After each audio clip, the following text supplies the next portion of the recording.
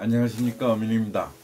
오늘은 당악 제2대구치 사이너스 관련된 임플란트 수복에서 저희 몰더블 오토비티 덴틴 파우더를 사용하였을 때 롱텀으로 리모델링 되는 과정과 성능을 한번 보고해 보겠습니다. 지금 이 증례는 상악 좌측 제2대구치 발치한 후의 모습입니다. 박칼과 팔라탈 월이 조금 남아있고 사이너스 플로우는 거의 남아있지 않죠. 그래서 발치 후 우주 경과한 후의 모습입니다.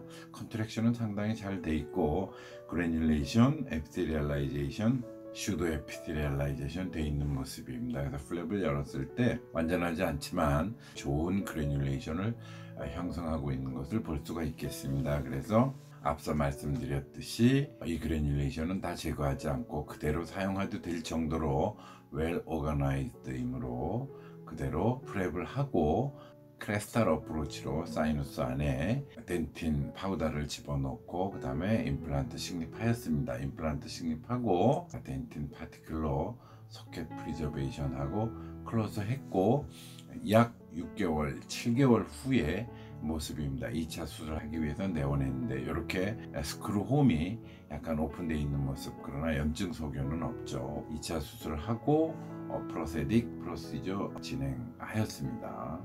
그래서 이 팔로우업을 한번 CT로 보겠습니다. 수술할 당시 이미디어트 포스트 오피의 모습입니다. 즉 임플란트의 넥 레벨은 앞에 전방부 6번의 시멘터 에나멜 정션에 맞춘 것입니다. 그래서 월은 팔라탈 쪽에 남아있고 박칼월이 조금 더 남아있는데 6.3mm 정도 남아있는 것 같습니다. 그리고 소켓 프리저베이션은 풀로 좀 전 수술 사진을 보셨듯이 임플란트를 전부 커버하는 것으로 하였습니다. 그래서 이렇게 덴틴 파티클이 보이고 있죠. 여기가 남아있는 월의 경계 부위고요. 그리고 나서 약 4개월 후의 모습입니다. 4개월 후에 박칼 쪽에 남아있는 박칼월이 리모델링 되고 약간 흡수되어 있는 모습 보이시죠? 그 다음에 이식했던 덴틴 파티클이 박칼 쪽으로 코티칼 본을 형성해서 올라가고 있는 모습을 볼 수가 있습니다. 그래서 이 길이를 잴 때 코티칼 본이 보이는 데서 재야 될지 또는 이 위에도 파티클이 남아있는 곳이라고 생각되는지 잘 모르겠어서 일단은 파티클이 남아있는 쪽, 보이는 쪽으로 해서 이렇게 쟀습니다. 약 9.9mm, 즉 10mm 리페어 했을 때 약 4개월 후에는 플랩 내에서 그대로 있는 모습을 볼 수가 있겠습니다. 팔라탈 월도 완전하지 않지만 상당한 많은 부분 덴틴 파티클에 의해서 코티칼 본이 형성돼서 올라가고 있는 모습이 보이시죠. 그리고 나서 3개월 더, 약 7개월 정도 경과한 후에 2차 수술을 위해서 열고 이때 프로비저럴 로딩을 하였습니다. 팔라탈 쪽에 코티칼 본은 좀 더 온 것 같고 소켓 내에 캔서러스 본은 더 많이 형성한 게 보입니다. 박칼 쪽의 코티칼 본에서 경계 부위가 아직 보이고 있죠. 파티클에 의해서 생성된 코티칼 본은 좀 더 진해졌습니다. 조금 더 올라온 모습이 보이죠. 이때 올라왔다라는 것은 이전 수술 후 약 4개월 후에 잘 보이지 않던 덴틴 파티클이 이제 보이기 시작하는 거죠. 사실 이때는 없고 이때는 생겼다는 아니고요. 이때 엑스레이에 보이지 않던 것들이 이제 본 포메이션을 하면서 좀 보이는 것이죠. 그래서 약 한 8.8mm 정도 좀 더 보이는 데까지 형성이 됐습니다. 그래서 이때 로딩을 하였습니다. 저희가 앞선 논문들에서는 이때 이식 후 2차 수술을 할 때까지의 녹는 양을 이니셜 리접션이라고 했죠. 그래서 10mm를 저희가 올렸다고 생각한다면 약장 8.8mm로 약 1.2mm, 이식 후 2차 수술 요 시간에 이니셜 리접션을 보이고 있고 이때 보이는 양이 통상적으로 가장 많았었죠.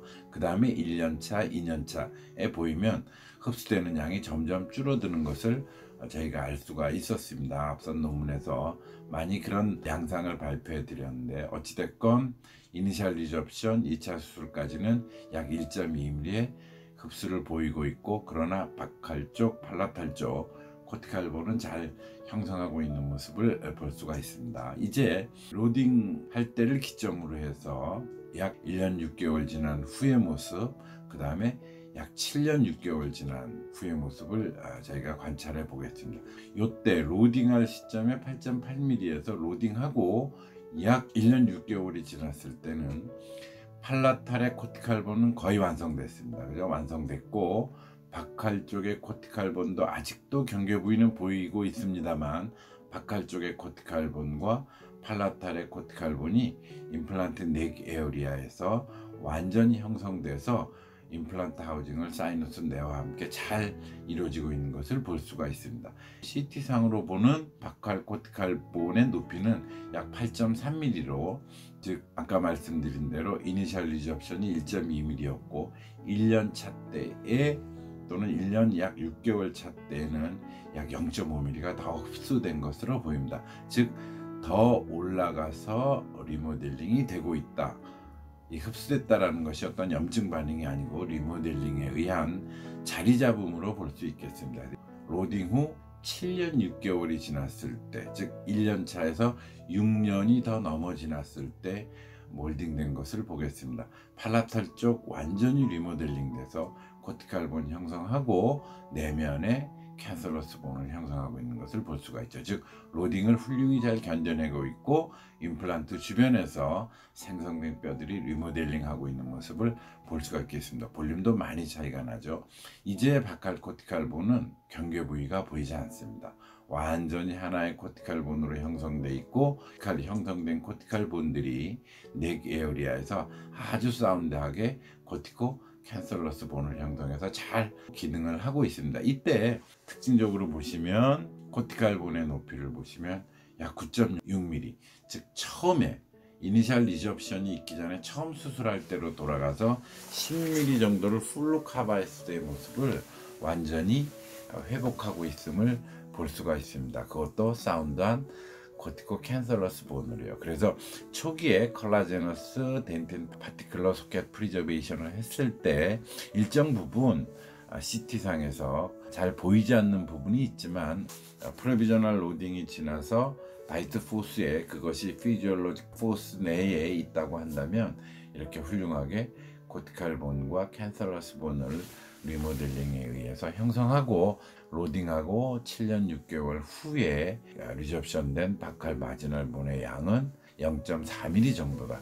생성한 뼈도 훌륭하거니와 리모델링도 훌륭하게 했고 그 다음에 리접션에 대한 저항력도 잘 견디면서 사운드한 코티코 캔서러스 본을 형성하고 있다. 이렇게 말씀드릴 수 있겠습니다. 감사합니다. 엄링이었습니다.